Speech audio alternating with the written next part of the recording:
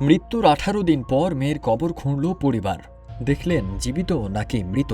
কারণ স্বপ্নে এসে ওই মেয়ে নাকি জানিয়েছিলেন তিনি এখনও জীবিত।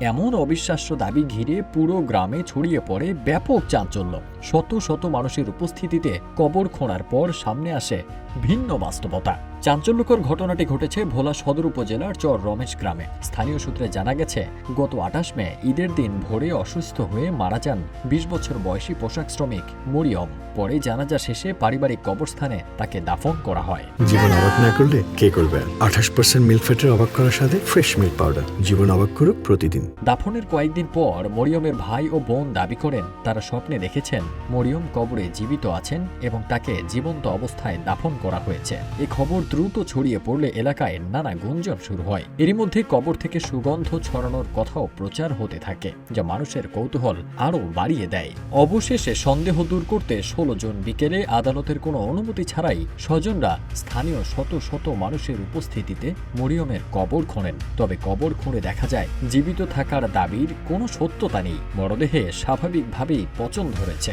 ঘটনার পর স্থানীয় গণ্যমান্য ব্যক্তিদের সিদ্ধান্তে মরদেহটি পুনরায় দাফন করা হয়। স্থানীয়দের অনেকেই মনে করছেন প্রিয়জনকে হারানোর গভীর শোক ও মানসিক চাপ থেকেই পরিবারের সদস্যরা এমন স্বপ্ন দেখে থাকতে পারেন।